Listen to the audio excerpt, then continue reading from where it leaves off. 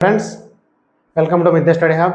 మనకి APSC group 2 సిలబస్లో భారతీయ చరిత్రలోని ప్రాచీన భారతీయ చరిత్రలో మనకి గుప్త సామ్రాజ్యం తర్వాత హర్షవర్ధనుడు మరియు అతని విజయాల గురించి ఉంది.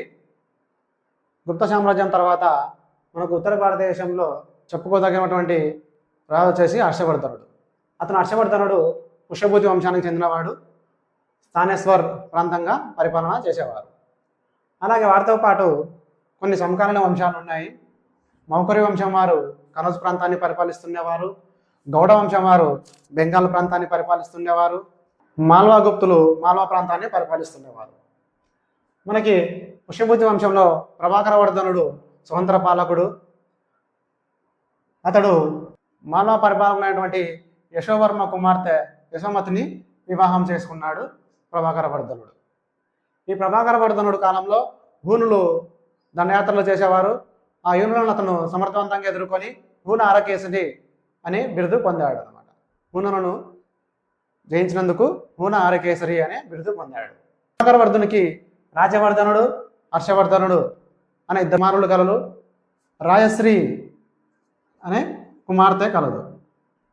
ఈ ప్రభాకరవర్ధనుడు రాయశ్రీని మౌఖరి వంశ పాలకుడైనటువంటి గృహవర్మకిచ్చి వివాహం చేశాడు. తర్వాత ఈ మాల్వా పాలకుడైనటువంటి యశోవర్మ తర్వాత దేవగుప్తుడు పరిపాలనకు వచ్చాడు. ఈ దేవగుప్తుడు, ఈ శశాంకుడు ఇద్దరు కలిసి కూడా గృహవర్మపై దండయాత్ర చేశారు. గృహవర్మను వధించి రాయశ్రీని బందీగా తీసుకువచ్చారు. ఇది రాజవర్ధని కాలంలో జరిగింది.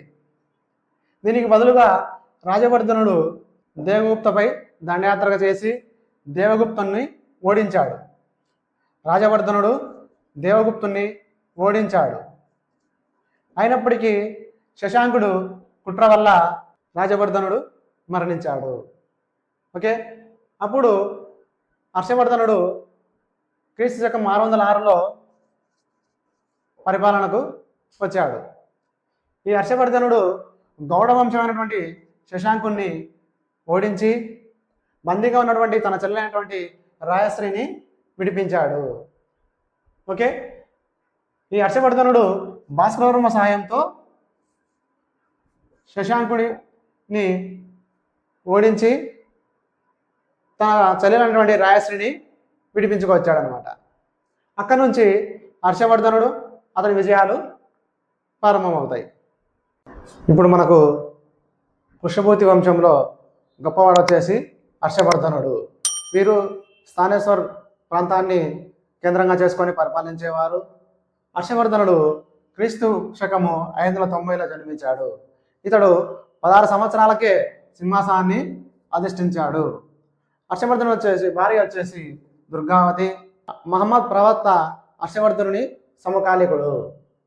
ఈ హర్షవర్ధనుడు గంగా యమునా ప్రాంతంలోని పాలించినటువంటి చిట్ట చివరి హిందూ రాజు. అలాగే ఉత్తర భారతదేశాన్ని పరిపాలించినటువంటి చిట్ట చివరి హిందూ చక్రవర్తి కూడా హర్షవర్ధనుడే. ఓకే, హర్షవర్ధనునికి కొన్ని బిరుదులు కలవు.